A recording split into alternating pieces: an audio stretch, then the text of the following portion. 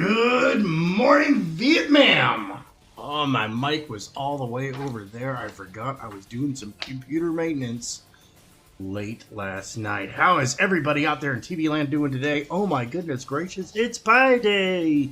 Yay, 3.14. Oh yeah. That's right. Welcome to another edition of Good Morning Vietma'am. It's ma'am. We're gonna take a look at some videos today. We're gonna fap all the. Oh yeah. Oh that's good. I like that. Oh yeah. Oh, pardon me. Oh goodness gracious, that coffee is just running through me like a Clint Eastwood and Meryl Streep movie. Tell you what. Ah, delicious, delicious.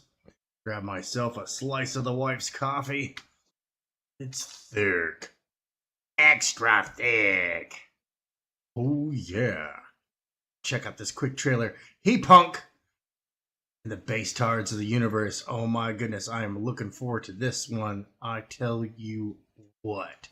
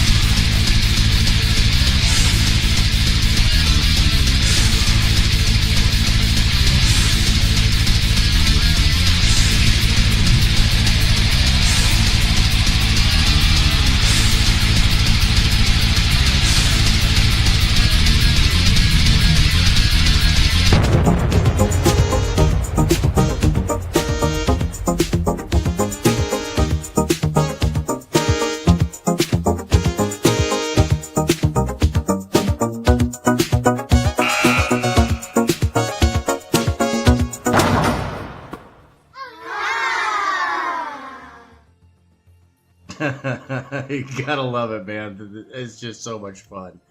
That's just so much fun. And go check out the campaign over on Indiegogo. Vasilis is really close to unlocking the soundtrack. What a multifaceted and very talented individual. And I know, I've been admonished to death for not knowing who the heck this guy was, and I'm like, no, now I see it, man. Like, that is some cool stuff got going on, dude. For real. Oh yeah. Alrighty, folks. Alrighty. Let me see what I got going on here. I am half awake. See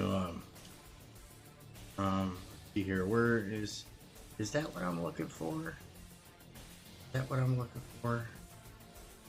Oh gosh.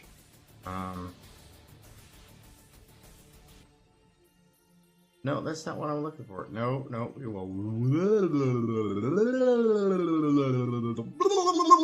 Okay. I've had my fun. Look. Yeah, no, that's outrageous. That's outrageous. With the bing bong and a boom boom and a hey, how's it going? Hey, good morning. Not too bad. Good morning. Happy Pi Day. Everybody, make sure you go over to X and wish Ethan Van Sciver a very happy Pi Day. He is the Pie Man. He loves the pie. Have you not seen him? Oh, yeah. Well, hey, I got to ask, if it's Pi Day, am I getting paid 3.14 cents a minute? You know, I wish we were all getting paid that much. Oh man. Pulled in a little bit of pulled in a couple of commissions. 2 people came in. I was gonna cut it off, man. As the first person came in, I was gonna be like, nope, cut it off.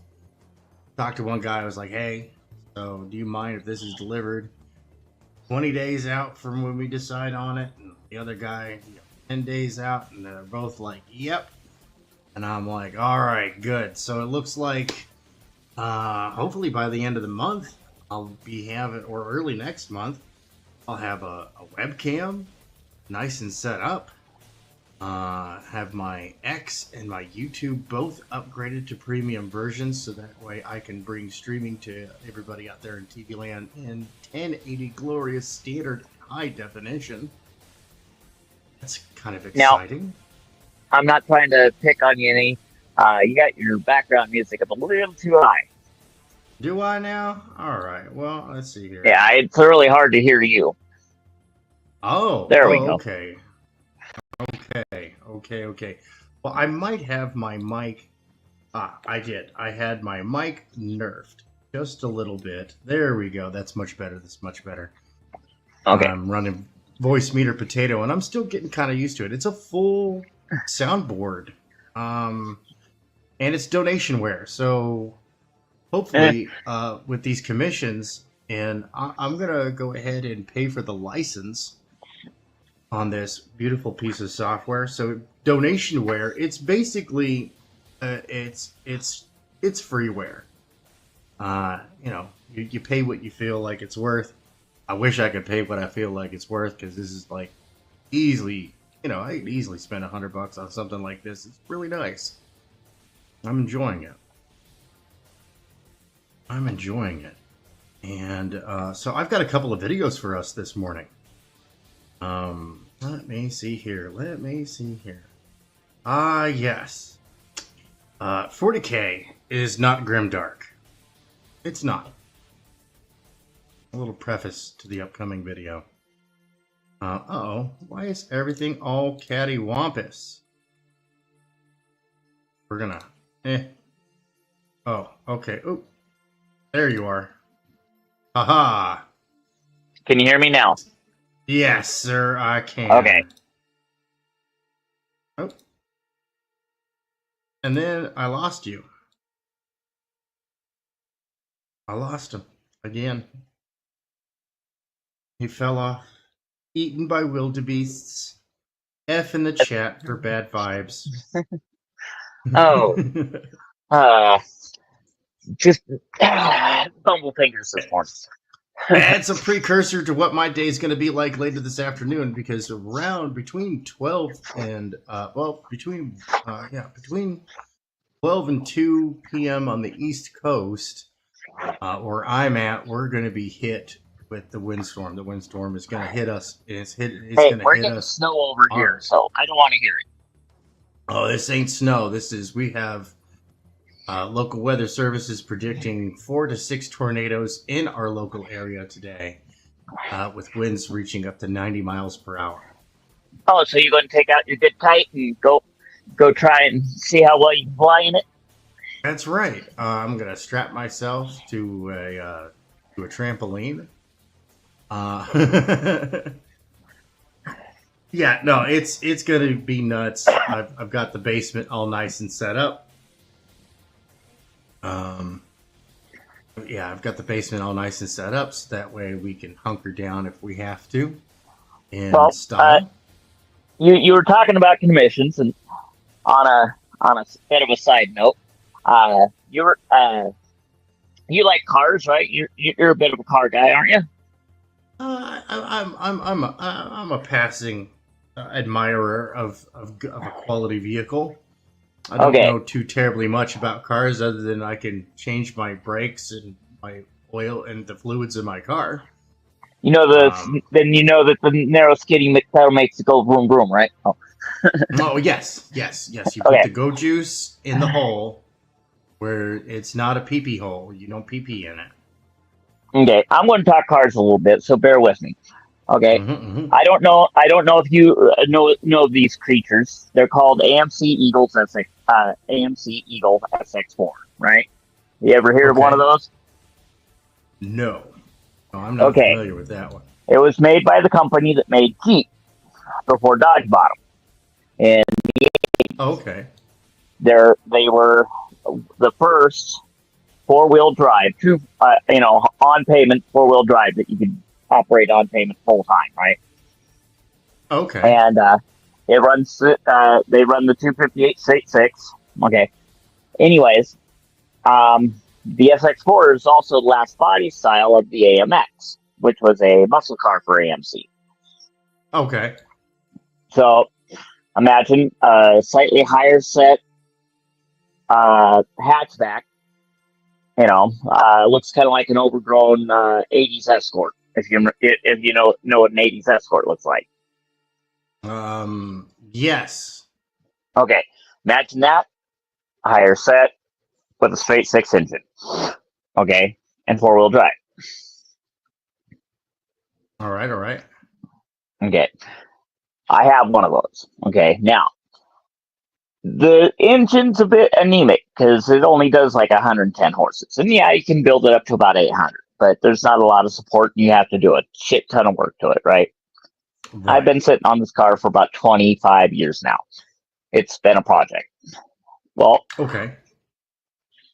Me, I am a bit of a car guy, and I just recently found out that Chevy made from 2002 to 2009 the same displacement engine, straight six displacement engine that they put into their Trailblazers. Okay. Okay. The difference is it fixes all the problems that I think that 258 had. Okay. A whole lot of engineering and so on and so forth. But it comes down to large part of it is it doesn't breathe right. Okay. The 258, the exhaust and the intake are on the same side of the engine as the other. Okay. So it goes in the same way it goes out. Whereas the Chevys, it's the Vortec 4200. It's what's called a cross-throw head. It goes in one way and out the other side of the head. And it's a 4-valve per cylinder head, so it breathes great. Overhead cam, all kinds of aftermarket support. You got people building them up to 1,300 horses. Okay. Okay. Oh, did you fall out again? Uh-oh. Eaten by wildebeests. Eaten by wildebeest. Oh, there you go. There. Yeah. Can you hear me? Okay. Yes, sir. I don't know why, but my browser's randomly shutting my mic off. And weird. Permission. Yeah. Anyways, so I've got my drivetrain now. And it's out of the box. If I get a 96 or more, it's going to have 297 horses, so almost 3 times the horses. Okay. Okay. And I can pick up a good, decent Trailblazer for $5,000. I mean, so it's reasonably cheap. Anyways, one of the things that I don't like about the AMC is it's got a pretty blunt nose. It looks like a pickup front end. Okay. So that's one of the things I was kind of talking to you about the other day was if you are open to a slightly longer term commission, maybe I'd like to talk to you about, because I can get you a 3-angle basically blueprint layout of the Eagle, and I might even be able to get you some more pictures. But I'd love to see you play with some 3D. Like CAD or whatever you use for your 3D printing app, and see what you. Okay. And I've got a couple of things. I love AI art for this, but I've got a couple of different ideas that I'm playing with. There's some I like, and there's some aspects that I'm going, hey, I want to bring that over here. That I'm going. I want to basically modernize the body and also lighten it at the same time. Yeah, let's definitely take a look at it. Hey, Rick, what is up? We got Cross Comics out in the chat. What's up, Rick? How are you doing this fine day? Hey, Rick. Good to see you, bud. So I've got some crazy stuff today for us. Man, StreamYard. There we go. Yeah, that's what we want to see. And then I want to go ahead and I want to get rid of the Good Morning Vietma'am thing. I'm sorry I missed that. Oh, no, you're good. You're good. And so I've got a video from Nellup here. Everybody should definitely go over to his channel, subscribe, hit that bell to receive all notifications, and check it out. Nellup does 40K content of the Warhammer variety. Very good analysis. I like it. Comes from a position of high testosterone. Really enjoy the content. So I got another Nellup video. We did one earlier this week, but I have another one that's really good. And this one covers Forever Winter and how it does Grim Dark right. Because 40K, not Grim Dark. It's not. As with my thumbnail, which had like this Space Marine and their shiny armor surrounded by you know the forces of chaos, and it's like he's fighting the good fight, yay! And it's like, duh, brah, nah, that guy is dead meat, and he should look chewed up. Like, he should look chewed up, and it should look like a feudal last stand, because that Grimdark, there's no happy ending in Grimdark. That's the whole point, right? It's supposed to seem hopeless. If it is something of a happy ending, it's just a reprieve from the ongoing hordes of madness and chaos and whatnot. So, let's see here. I think I have everything teed up right. So let's go ahead and give this. Oh, I almost forgot. Turn that off so that way I'm not echo on my end. And see how this goes. See what Nellup's got for us. Forever Winter. Now, I know it's being talked about when it was released, but I'm doing this out of genuinely liking the game myself, despite my specs being absolute dog shit. My specs is alright, but it will take a while to do it. Nope. It's all muted. Oh, that's right. I can hear it. Oh, you can hear it? Okay, cool. All right. Dang it, I can't hear it, though. Yeah, boo, boo, boo. Okay. Upgrade since I got other things to do. Now, just to show my recording of the game, currently, this is what it looks like. Yeah, you're gonna have to suffer with it. This is what's gonna look like for the rest of the fucking video. Now, and before we get into the nitty-gritty of things, I must tell you, first off, it could be my specs, but then again, the game is in early access still. So there's a lot that I need to fix on, that it needs a lot of things they're gonna be adding in for a long time before they have a full release. Now, yeah, you know, they still need to, like, optimize the code and all that other fun stuff, you know? I've been looking at this one. I really want this game. Now the question is, when they're going to be doing a full release? The answer of that is, I do not know, as far as I'm aware. Unless they announced it somewhere that I didn't notice, like at the corner of their webpage or something, some shit like that. But to be fair, and to be honest, when it comes to Forever Winter, they've been doing pretty good progress. And as far as I'm aware, they're being pretty transparent with their game, unlike fucking Darktide. And sure, it has some janking issues, and especially if you have a weak PC, like just mine to consider, like it needs an upgrade, since you will get some stutter lag and more. There's other things like movement is janky, but that is done purposefully. Just like how the developers, when they were making Space Hulk Deathwing, where they want you to move in a certain way in order to make you feel that the character is true. And before we get into that, we are going for the annoying part. You can't escape me! You there! Yes, you! Are you interested in doing something much greater? A cause, a purpose to fulfill? Then why don't you join in my legion, the Hoppeldas Legion? They're hoplites but in space, with guns and all that. You get the idea. A legion so great, it will put the Ultramarines to shame. To join in the legion, there are different tiers you can have a look on Patreon, unless you want something much more convenient, then you can go to on YouTube memberships with emotes and badge to put on yourself with your prideful rank. If you don't like other options, then you can go to Ko-Fi, where there is a place where you can name your price and send a message if you need to. What are you going to return to say? Well, I've considered to add your name in the Hall of Fame at the end of my video to show my appreciation of you sacrificing your wallet for the Legion. And it will make me more committed to do more videos in the future. So what are you waiting for? Become something greater. Join us, brother. And together, we'll wipe the degeneracy off the planet. That is all for this advertisement. Even though you skipped it, you fucking heretic.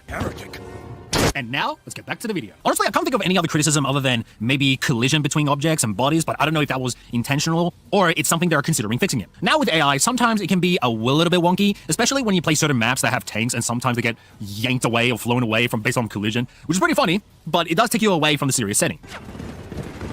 The fuck was that? You gotta love some janky physics sometimes. I mean, computers, yeah, it's really funny because when the accumulator just gets like over full on the process of the physics, and then all of a sudden just like the classic Bethesda, you know, kill the bad guy, yeah, and then watch them achieve an escape velocity. or just sit there and twitch for the rest of the game. Yeah, and eventually just crash your game because game doesn't know how to deal with the physics. Okay, speaking of Fallout, okay, you played Fallout 3? Okay. Oh yeah. Do you know where? Okay. Do you know where you find the teddy bear in the shopping cart just outside of the mill? No, but my wife does. I only played a little bit of Fallout 3. Okay. I played 1 when it came out. I played 2 when it came out. I played a little bit of 3. I played a little bit of New Vegas. And I beat the crud out of Fallout 4 because I had nothing but time on my hands. Okay. There is absolute proof that these teddy bears, the little teddy bears you see set up, playing chess or doing stupid shit, right? Mm-hmm. They are alive. Okay. At this one point where you come up on some rail cars and whatnot, you find this teddy bear in a shopping cart style cage. And you're going over and you're inspecting it, right? Well, your back is to a behemoth that's coming over the top of the hill. And you see the teddy bear waving its hands going, hey, look. And you're not even touching it, right? You're not interacting with it. It's freaking the hell out, going, "Hey, there's a behemoth super mutant coming up behind you." Huh. Wild. All right, let's get back to this here. Let's see what Nelb's got going on.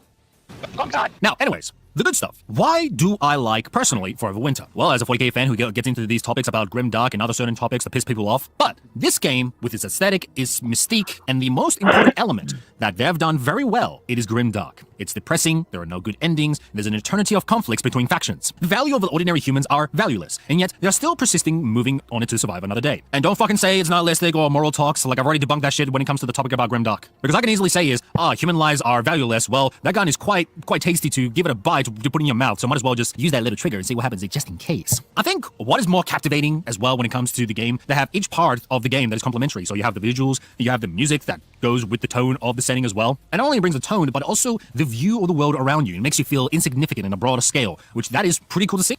Yeah, one of the cool aspects I like about this game is that those battles and stuff you see in the background, that's not versus you, that's computer versus computer, real-time conflict.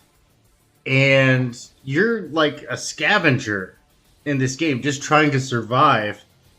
And you really want to do your best not to draw the attention of the background noise, as it were. This utopia-esque buildings that used to be civilized with people and now is just being destroyed and now it's just nothing but a dead husk. Each enemy type in each faction has its own design and unique style to them. And plus, every map has its own map design and what it's purposely made for. So you have one of the buildings that are a bit more narrow with tallest buildings, and you have other areas that are a bit more open. And the most important thing as well, they make these maps rememberable. I want to take a moment to appreciate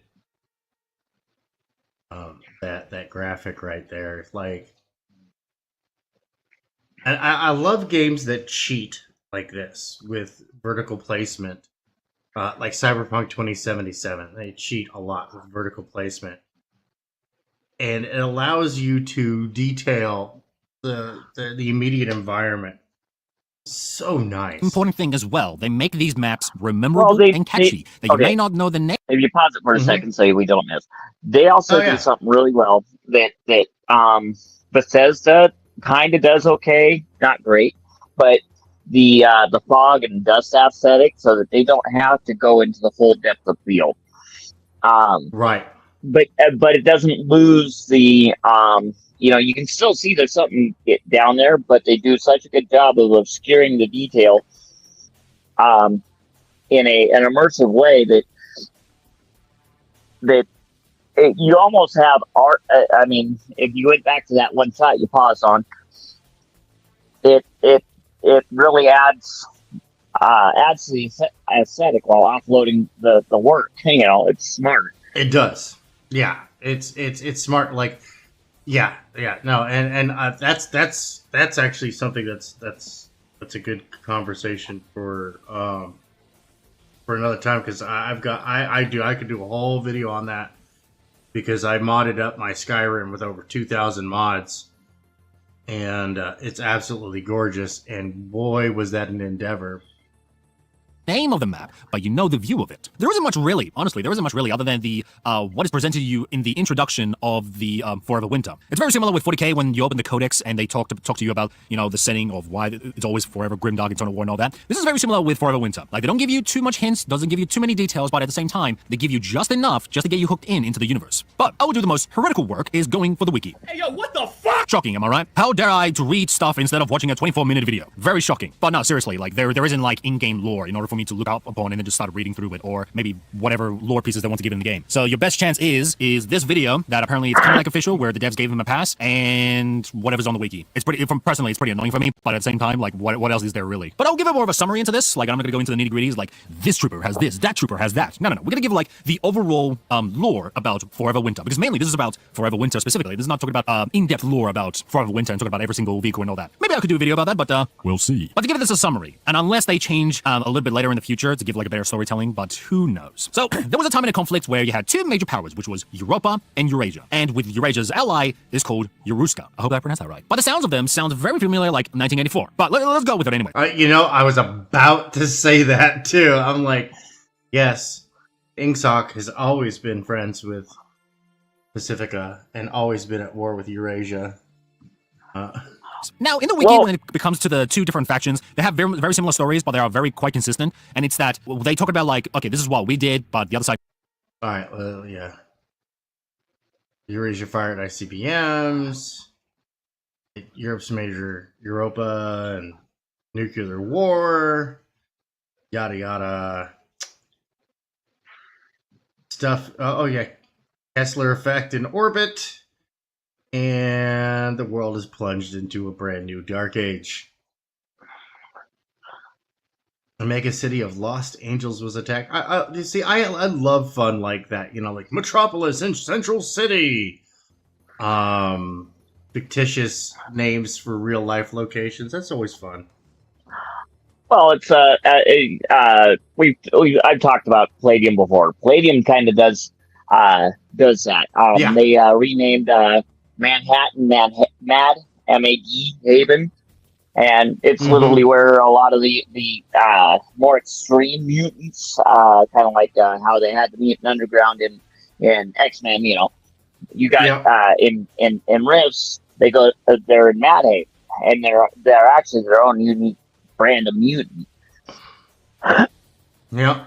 So, yeah, stuff like that. You know, it's like but one of my stories is going to be taking place in Power City, Oregon.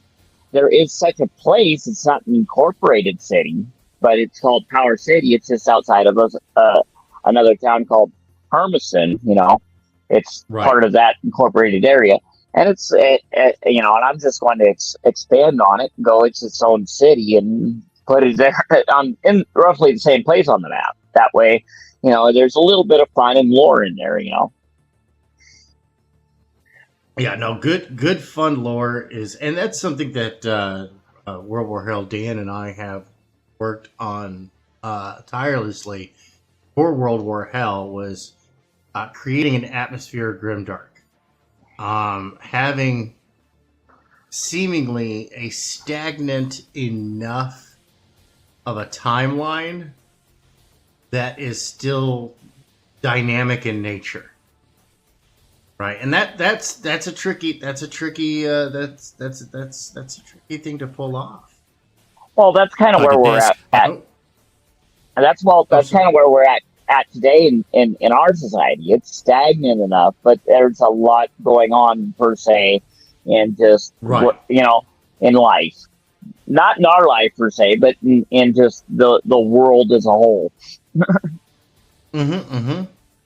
Talk about, like, okay, this is what we did, but the other side did this, but at the same time, we don't really know who did what, so we're just quite vague about it, but we know that these guys got deleted, and hence a repeat. So that's what they're being pretty consistent on. Now, let's break down to each faction. So, we have Europa. Now, it consists of countries of whole America and Western Europe. Eurasia consists of countries of Eastern Europe and Central Asia. And Yoruska, Eurasia's ally, consists of former Slavic states, why would you do that, and some areas of Africa. Now, all these three factions are very powerful, but what is the main difference in between them? I just gotta say, like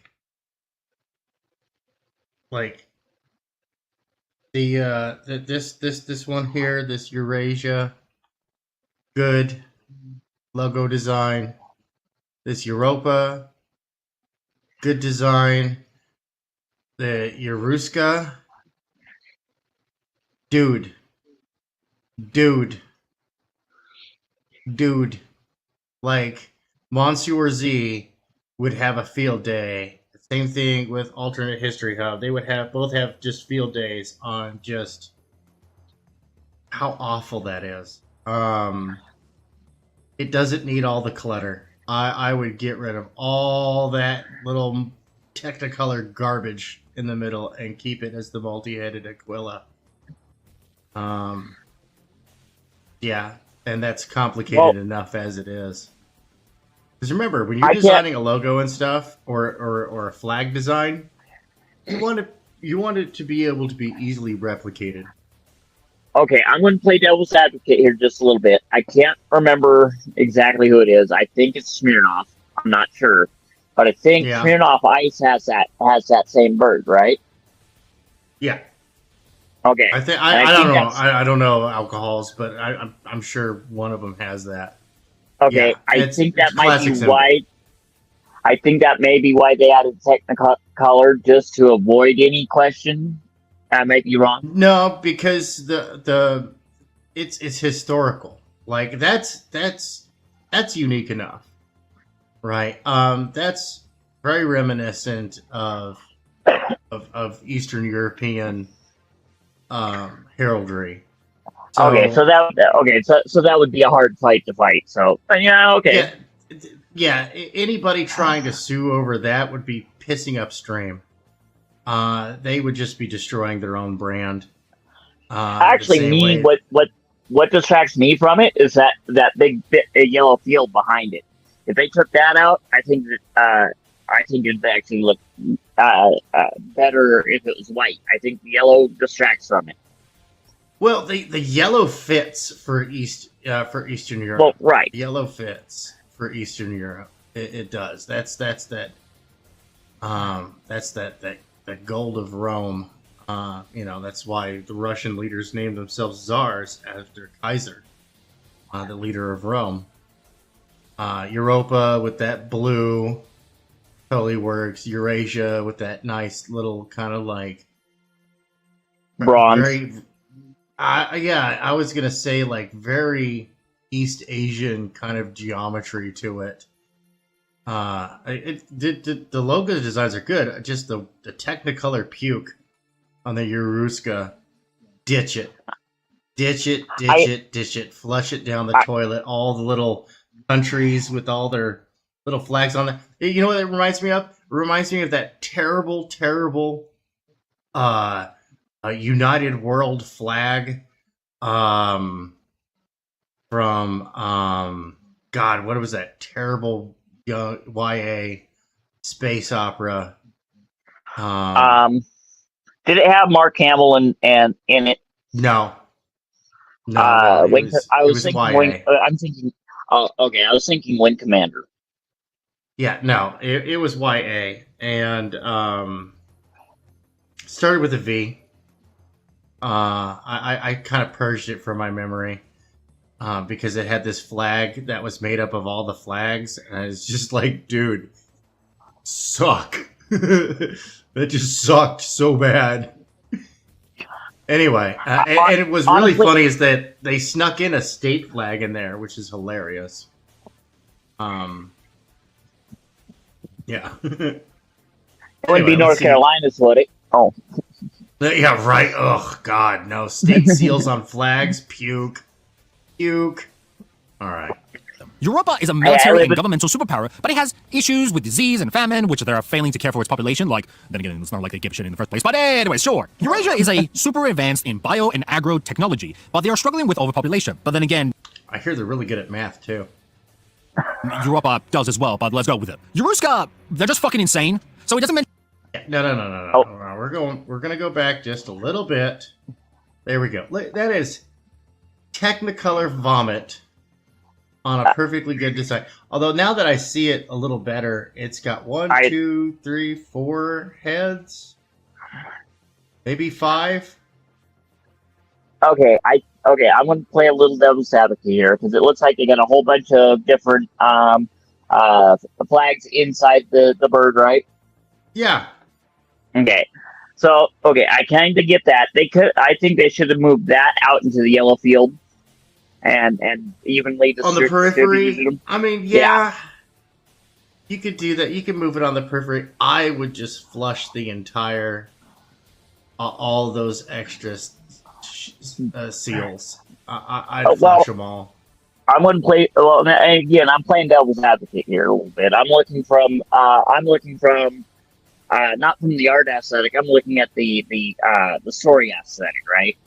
Okay. Right. Russia is pretty hardcore about their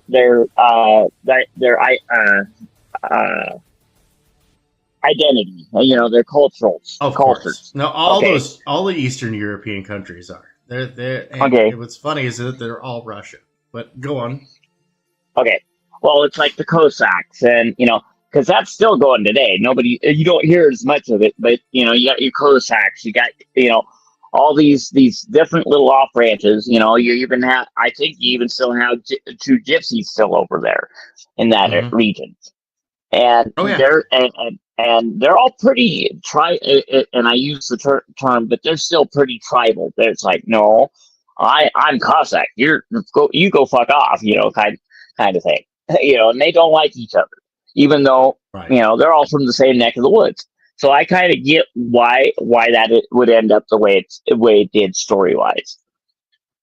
Yeah, no. And governments create bad flag designs all the time. But I'm just saying, like, yuck. Anyway. They're just fucking insane. Well, yeah. So it doesn't mention anything like they're just a superpower by its own thing, or what problems they have that they're struggling with. They just seem they're fine what they're doing right now. But what they do mainly is take Eurasia's technology and use it at its breaking point. Pretty much, let's fuck around with it and see what we can get away with. Can we shove a human into a 10-foot tall mech suit and be a cyborg for the rest of their life? Oh, can we? Fuck it, let's go. Yeah, Yuruska is, from the brief description, very interesting. Now, from understanding these factions, we can go to the event, which is quite short, like the description of their past history, if you want to call it that. So, back in the day, it doesn't specifically says when, but what it does say, which is more of a legend, I would call it now, and it's more of that they had the struggles between Europa and Eurasia with the clash tensions with each other, but both of them had their own struggles, which I mentioned before. Eurasia struggled with overpopulation, and Europa was struggling with famine and disease and other sorts of problems, but I think overpopulation they had a struggle with as well, in my opinion, of course.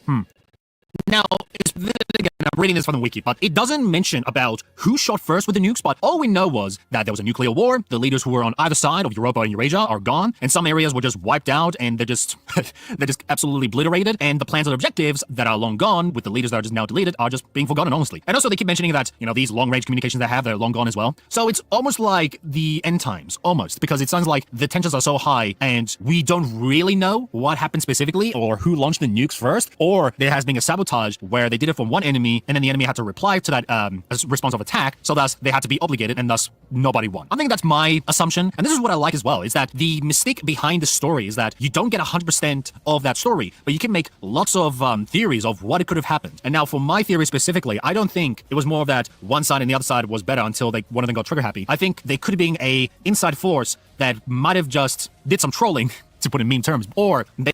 You mean like Vault-Tec did in the Fallout universe? Right. The that's why I always say, like, the scariest people I've ever met have all been social engineers, and I used to go drinking at a biker bar full of Mongols. So, and let me tell you, them social engineers, they scare me more than the bikers. Yeah, they wanted to escalate the situation, so for whatever reason, so they might as well just launch the nukes on one side, and the other side just reactively did the same thing, and nobody won except for the ones who wanted the war to continue, more or less. That's me, but I think some people can come with better theories. But that's all what I got from it when I was reading the weekend and all that, so it's very interesting, and I do like the mystique, so keep it as it is, unlike fucking Horus Heresy. Now, even with the nuclear war that happened, it isolated many places around the world, because remember, no long communication, the leaders are dead, so nobody really knows what they're doing and all that, other than just pushing forward and fight the enemy. Now, even after the nuclear war... on the Horus Heresy deal, for those of you who are not familiar, the Horus Heresy is the is the fall of the Emperor of Mankind in the year 31,000, and really does set the stage for Warhammer 40k, which takes place 10,000 years after the fall, after several Space Marine legions turned traitor, and in order to prevent this from happening again, everything's reorganized. Legion, Space Marine factions are much smaller now, limited to what, like, I think 1,000 guys each. That really tiny, especially when you consider the scale of Warhammer 40k, where they have cities the size of mountain ranges that hold billions upon billions of people, billions and billions of people living in the city. So, and I enjoyed the Horus Heresy. It's a fun story. But I know that, like, a lot of hardcore, like, OG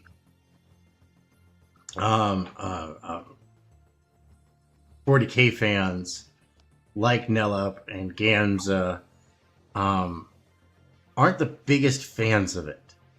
And I understand why, because it does kind of show you how the magic trick works. Right? It takes away some of the myth and the lore and the guesswork from what really is going on. Because you go take a look at, say, like, 3rd edition Warhammer 40k, which is largely considered to be the darkest of the grim dark of the 40k, right? That is, all hope is lost. Humanity's fighting a losing battle. Aliens and mutants and heretics and cultists are everywhere, and they're wiping everything out. We don't stand a chance. And you fast forward to, gosh, what are they on, like 9th or 10th edition now? I don't know. The game companies these days are putting out a new edition like they're 2K games or something like that. You know what I mean? So, and now it's like, oh, cool, we're humanity's heroes, and we're all holding hands with fluffy kittens for everybody. Well, I'm going off on a little bit of a tangent. This is why, now I love Star Trek. Don't get me wrong. However, this is it's games like this and just humanity in general that makes Star Trek unbelievable. Okay. Because humanity doesn't ask why. We ask why not. Okay. And in Star Trek, we should be hands down, whether or not we're actually militaristic or not, we should have the most powerful fucking weapons known in the galaxy. Okay. I mean, come on. We created the Genesis project, and it took out a whole planet. Okay. Right. And that which brought about a whole bunch of new laws. Yeah, and I'm like, for the Federation. And I'm going, yeah, that's okay. In one hand, okay, I get it. On the other, it's like, humanity, whether we learn our lesson or not, we play this fuck around, find out. Why not? You know? Right. And that's why Star Trek is a little unbelievable. This is why why Deep Space Nine will and always will be my most favorite of the Star Treks. It's like, okay, you want to screw around? I'm going to poison your planet so you can't live on there, but they can. And that's humanity's response. I mean, to be honest. Right. Well, and it all depends on where our headspace is. Anyway. Back to Nellup here. So keep it as it is, unlike fucking Horus Heresy. Now, even with the nuclear war that happened, it isolated many places around the world. Because remember, no long communication, the leads are dead, so nobody really knows what they're doing and all that, other than just... That's right, and he had pointed out, that there's essentially a Kessler effect, so satellite communications are right out.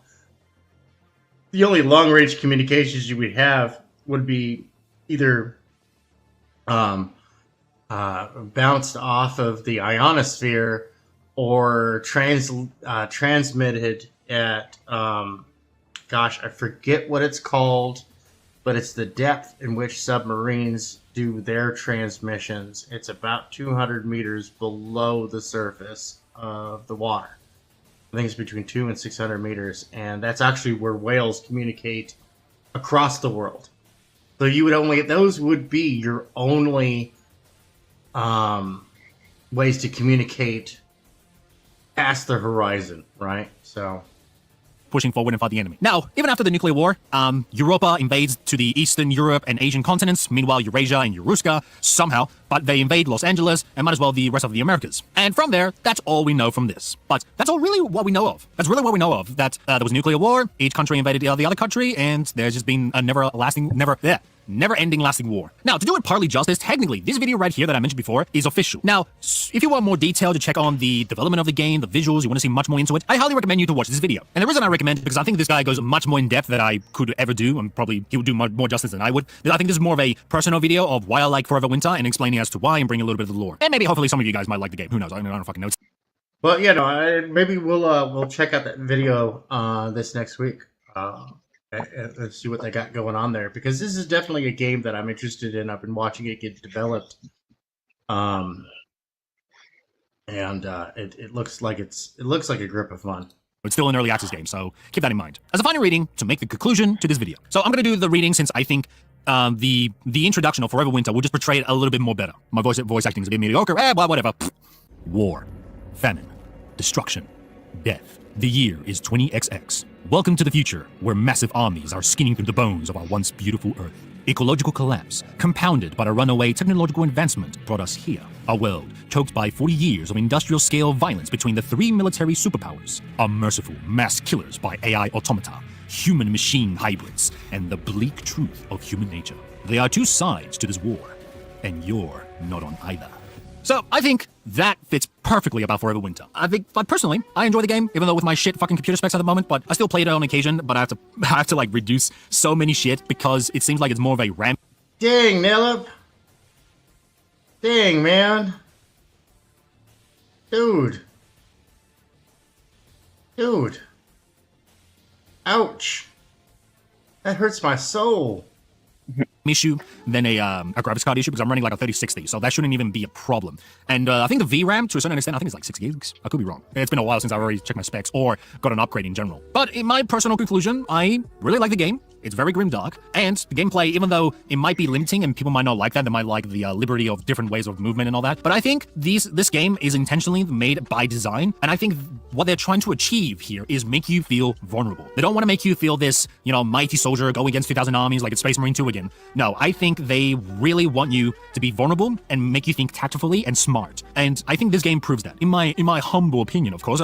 Some people might look more into deeper stuff, like looking into coding or looking into the game design and why that's wrong and all that. Sure, go for it, but this is more of a, I guess, in a more of a player perspective, and why I think this game has a lot of potential. Now, I haven't noticed anything off or any buzzword kills that people say, like Lug and all that. No, I don't think that's the case. I think these guys really generally like to make this game. I haven't noticed anything, unless I might have missed something, most likely, who knows, but I think this game has potential. I think it will be very successful. Now, not as big as other games, but I think this game has its own flavor, and it will be successful because it is a good product. So far. Now, this is me just recording this in 2025, so who knows what's going to happen in the next 3 years, 4 years, 10 years, So this is a stage where it's a little bit more of, all right, hopefully this will be good, because too many games often, they seem promising, and then afterwards, it just goes downhill. That is all for this video. You can check me on Ko-Fi, Patreon, and YouTube. All right, yeah, definitely go check out Nellip, and go throw money. Throw money. Now, okay, I'm going to ease some of your pain about that burning computer. Okay. Oh no. That computer was a Pentium D era computer. You still there? Oh goodness. Yeah. Oh goodness. Okay. Yeah, it was a Pentium D era computer. What gave it away was the green shroud on the exhaust fan. Oh yeah. Yeah, that it's a much older computer. Yeah, no.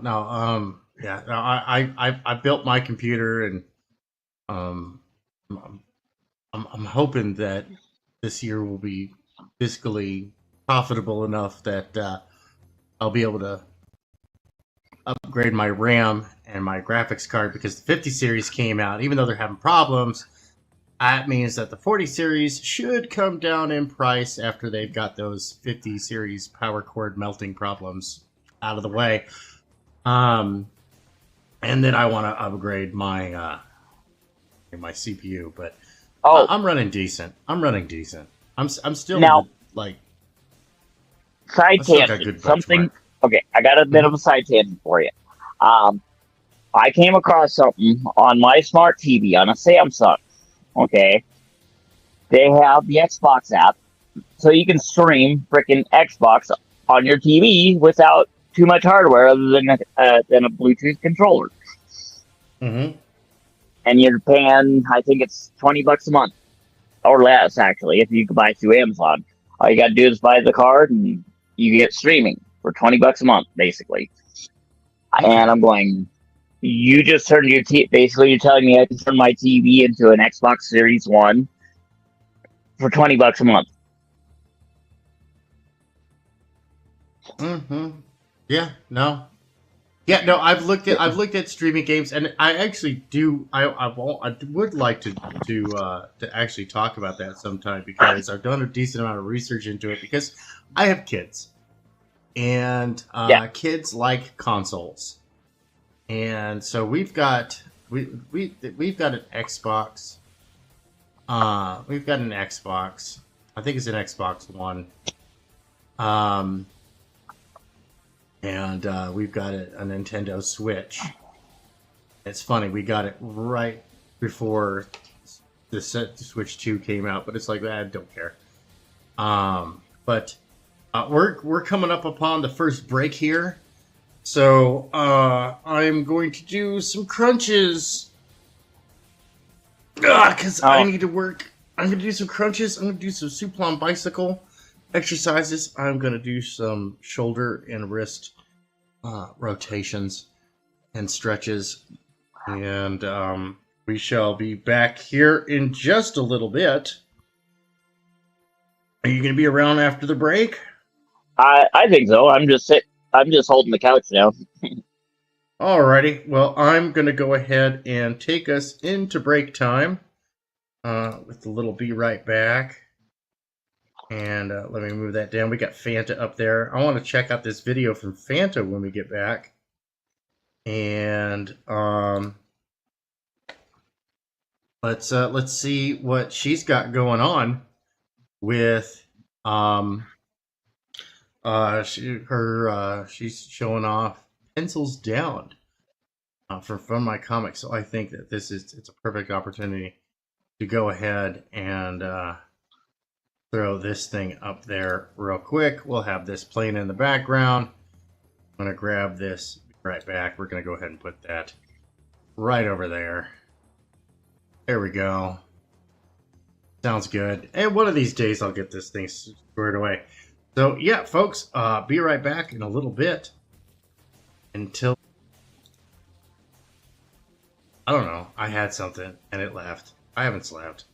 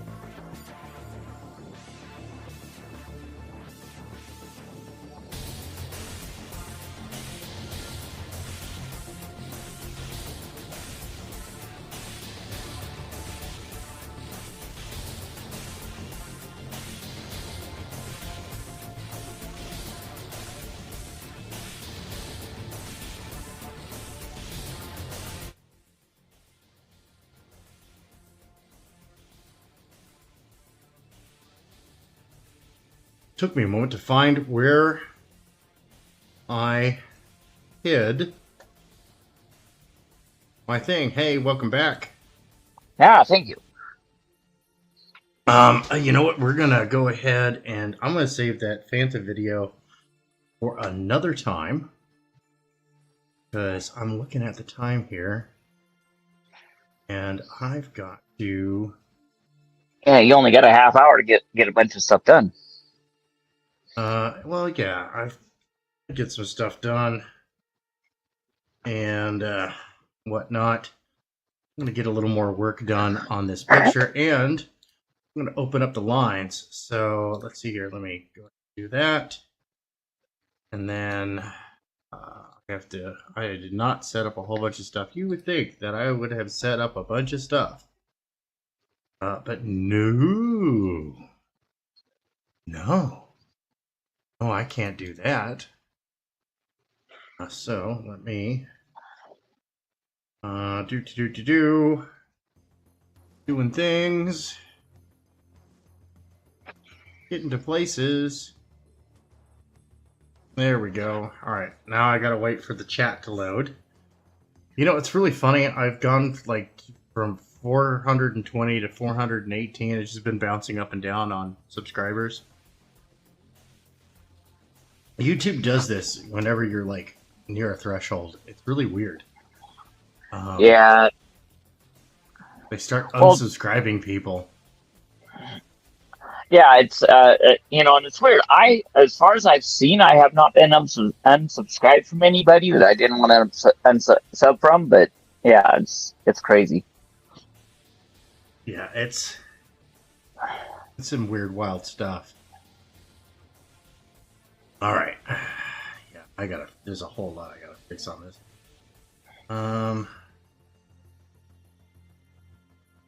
Close that. This is open.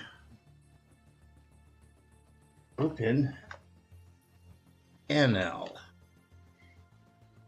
And then I have to grab that link again. Where am I hiding that from myself? I do have to cut the show a little short today. Normally I go for 3 hours. Today probably only gonna do 2 because I have to get ready for the storm. I have to make sure that my final preparations have been made, and I'm ready to weather this thing because it's supposed to be a doozy.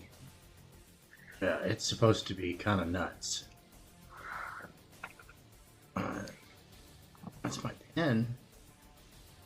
Oh, I see. Okay. There we go. Now it's... Oh, why is that purple? Oh, that's terrible. Okay, there we go. But you grabbed the wrong shade of purple? I grabbed the wrong shade entirely. I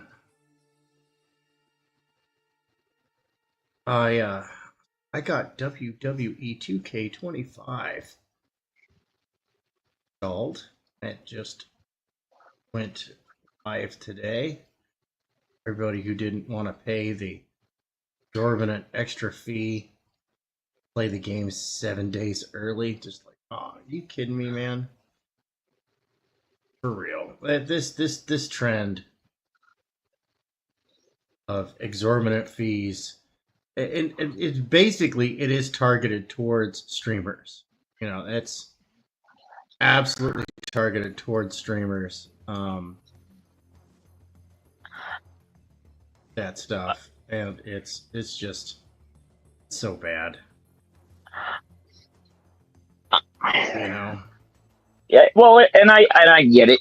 If it, you know, but I'll be fair. I prefer that model than where, okay, if you want to buy it early, you can, and yeah, it's exorbitant. However, it's better than what some people have, some companies have done, where they'll give the give the streamers keys, whatnot, to stuff like up to several weeks in advance to stream it, and then on top of it, make it's like on one hand, I'd like to have equal access. Why should gamers have the early access? So Right. I see where you come from on that. Yeah, I don't know. I think the whole thing's kind of ridiculous. It's more cash grab. It's what it is. It's cash grab. They're like, oh look, a market, and they do their thing, They do well, their thing.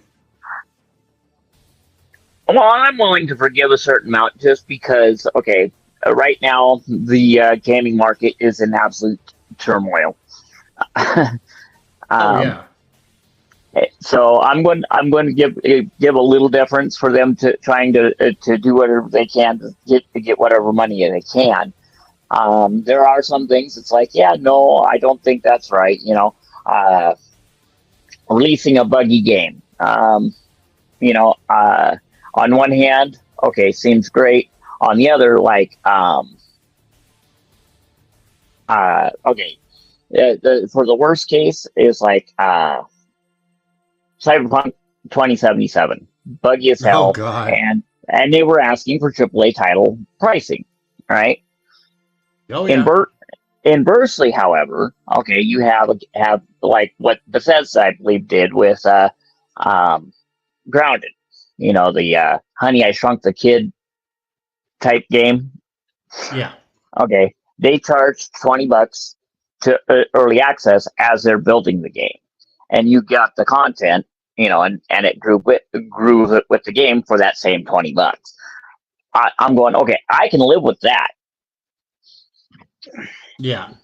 Well, and like I occasionally I will get in on early access. Like Baldur's Gate 3, I bought in on early access. I watched them develop the game. I played it in alpha. And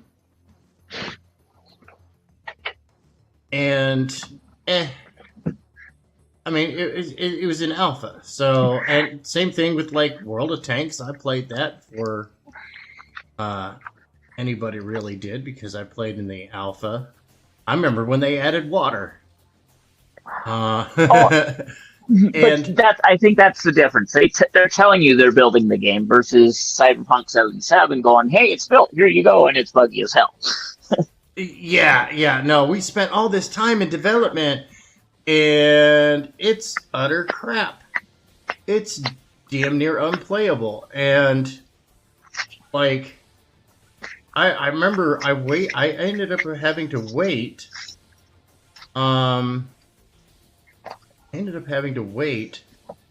Nearly, what was it? Almost a year to actually play the game, to where it was like, okay, I was reading the hot fixes, and it was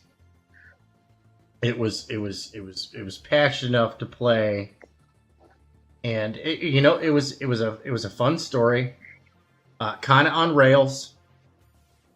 I'm not a big fan of storylines on rails.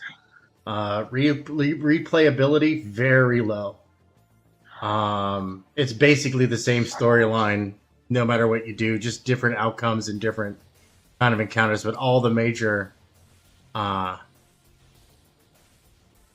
the major plot points are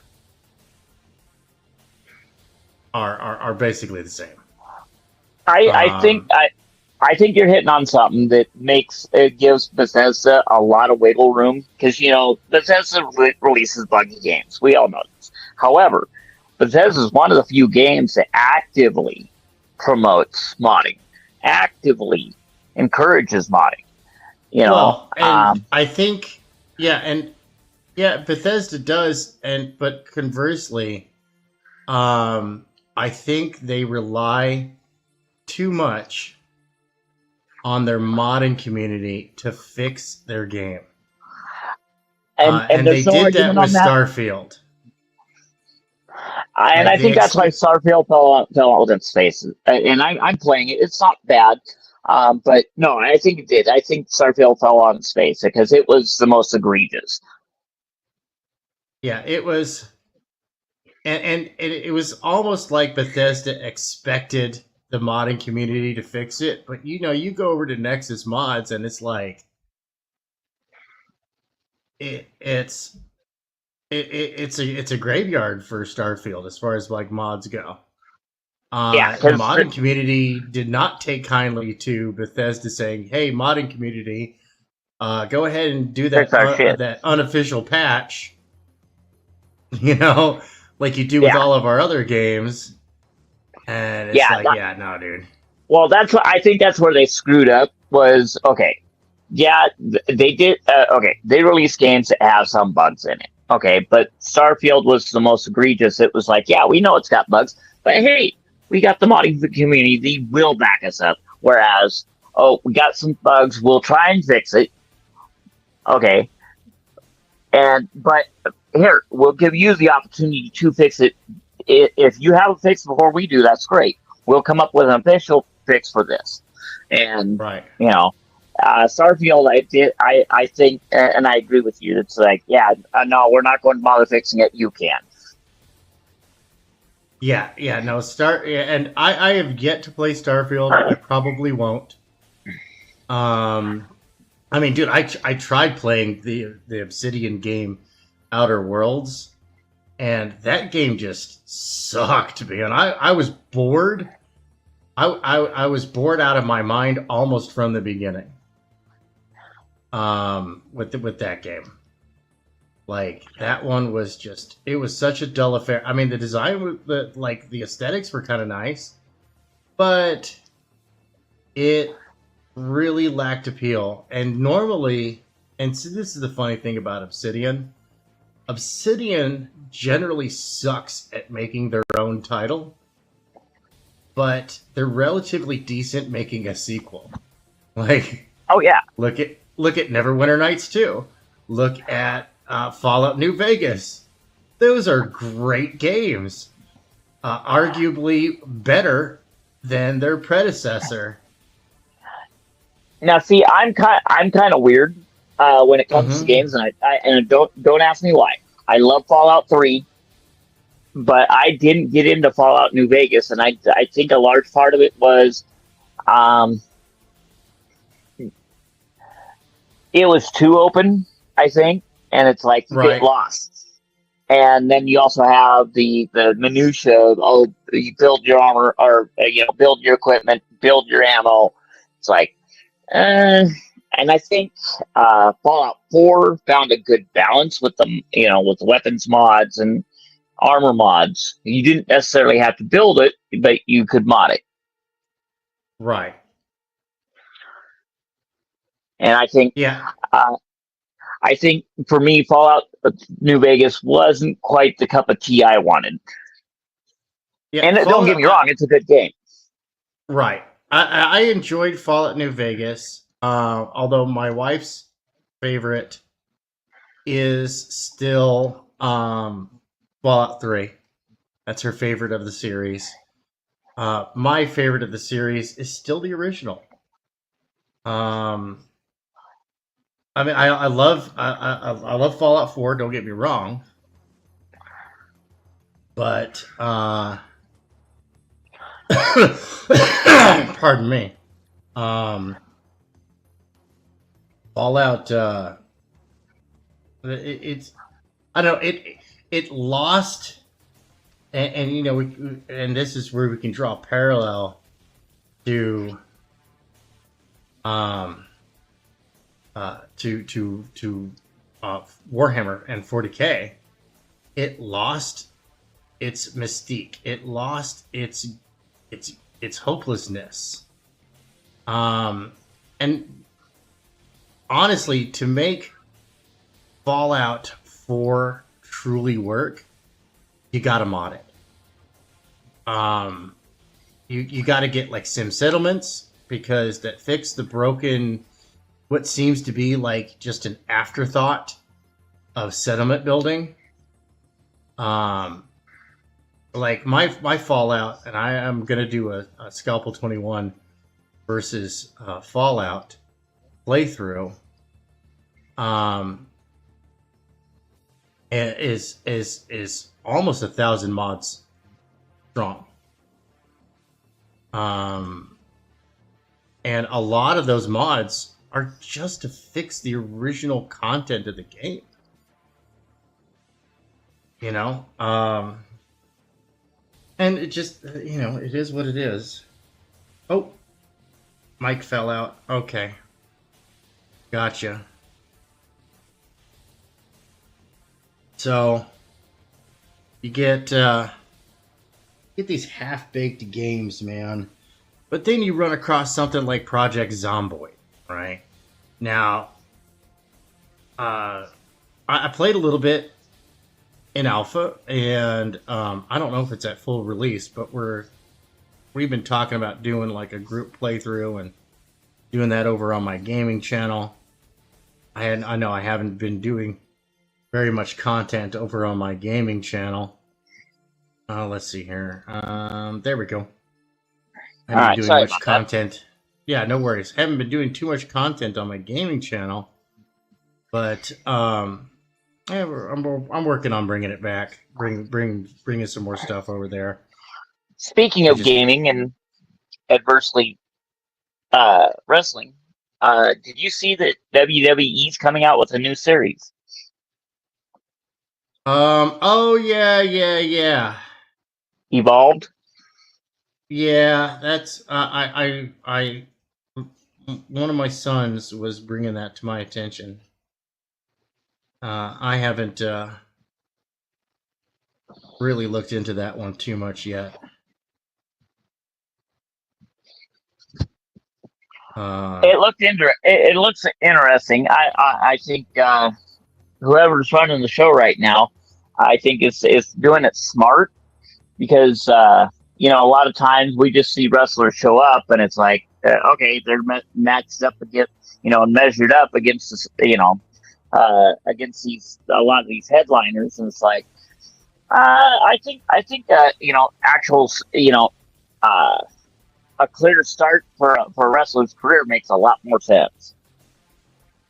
Yeah, I mean, they're leaning more into the storytelling aspect, which is, you know, wrestling is a telenovela with testosterone, you know. And my youngest son has recently gotten way into it because I have 2K19 on the Xbox. I bought that years ago, and I bought that version specifically because 2K21 and 20 were both like pretty much just disasters. Too many problems, and I don't buy janky games.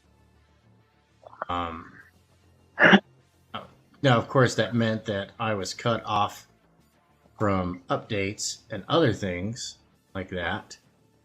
But whatever. Well, and that, you know, speaking of updates, it's like right now, Fallout 3 for me is unplayable until I can get the patch to work around the No Windows Live. Ugh. What? Yeah. You have to get a patch. I don't know if it's an official patch or a mod patch, but basically, because Windows Live support was cut off by Microsoft, Windows 3 is unplayable until you can figure out how to get it tied in with something similar. That is just, yeah, this is why I buy my games from GOG. Because that is just nuts, man. Like, what kind, like, that is an insane business model right there. Like, if you don't install our spyware, because Windows 11 is spyware, I don't understand how it's legal. It's key logging software, which is specifically illegal. Which is like, that's right there. That's, but janky games and this whole idea of like, you will own nothing and eat the bugs. That's nuts, dude. Well, this is, and again, I go back to City of Heroes. I think that if they're going to end support or the ability to play a game, they need to be able to turn it over to the fans or another company that's willing to operate the game and make it, usable. Yeah, I absolutely understand that. I am a big proponent of classifying something as abandonware. Yep. Right. Like, look, if you're going to abandon it, then maybe you should have. But then again, you have copyright and trademark laws and all this other stuff.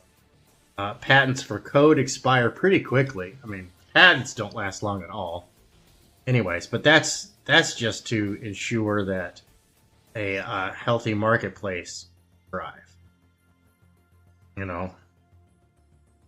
All right, so I need to do that right there.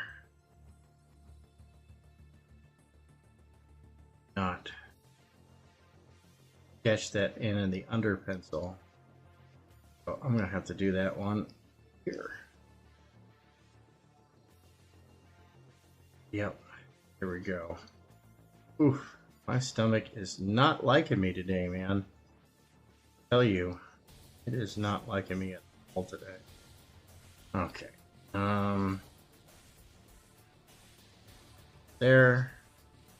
That. Standard clip belt.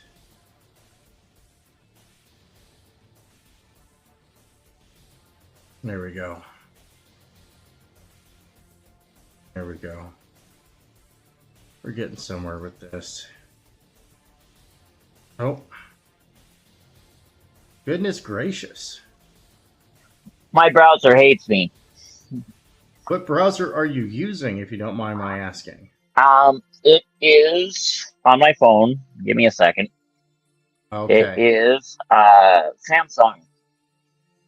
Oh, yeah, no, you got to run StreamYards through Chrome. Even on my computer, I have Chrome because the wife likes it and because StreamYards likes it. StreamYard doesn't like any browser other than Chrome. It absolutely abhors it. Well, when it drops, I'll put it on. I'll open in Chrome. There you go. Yeah, because like StreamYards is very particular software, and it is not well optimized.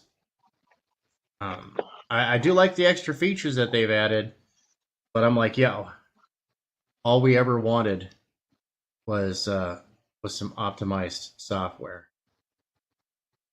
We just wanted you to clean up your code there, guy. Clean up your code. Get it running smooth. Get it running good. And then add extra. Not before. After. Alright. Adding in all this stuff. All this extra stuff. All the details. Everywhere. Oh, that's why my stomach's not doing good. I haven't eaten anything in a long time. And you've just been eating coffee, huh? Yep. My usual diet, caffeine and hate. Mm-hmm. Well, at this point in my life, caffeine's not for me; it's for you. I can understand. I'm a humanitarian. I don't want to kill anybody today. That's right. That one there. Comes out over here. The thin line that comes out like that. And then it, and yep, just getting all these details in that I totally forgot to pencil in, but that's okay. I'm still on pencils. This picture's not even close to being inked yet. I'm doing a different style with this one. This one is more detail oriented. With the pencils. Now I got a silly question for you. With this, Sure. with this app that you currently use, does it give you an option to use charcoal? Yeah. Oh Okay. yeah. No, I'm using Clip Studio EX. Highly recommend this software. It is really, really good professional grade illustration software.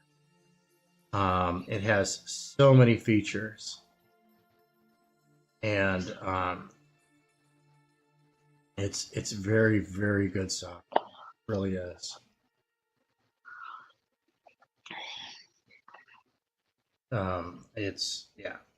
It's exceptionally good. I do highly recommend it. It's a bit pricey. Clip Studio 2 is subscription based. I don't know if you can still buy Clip Studio 1. But I don't do subscription based software. Anybody who offers me a product like that, I have nothing but nasty things to say to them. I don't like that. I like owning my software. Like, Yeah, plain and simple. a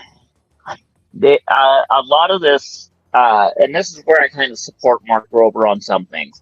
I have to agree that user serviceability should not, and the subscriber based model should not be a thing. Yeah, no, it's a terrible business plan. It really is. And because you're gonna lose customers like me. I'll go back to the Stone Ages. I don't care. Like that'll be all she wrote from me. But oh goodness. All right. Let's zoom out here and see what we got going on. All right. Oh, stretching.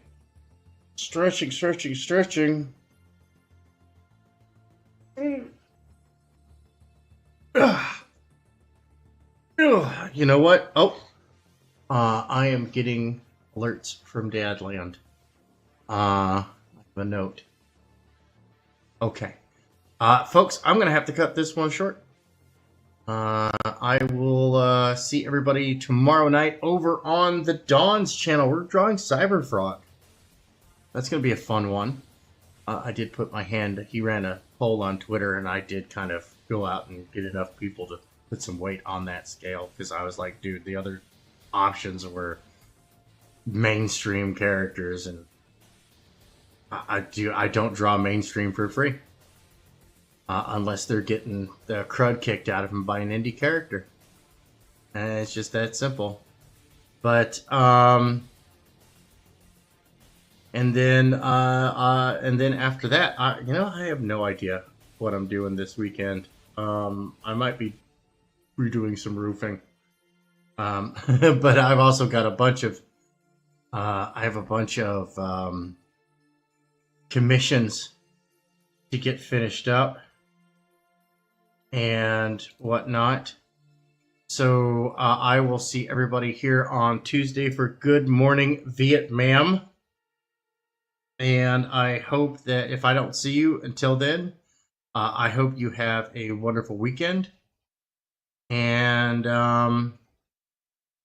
we'll reconvene. And remember, folks, be good or be good at it.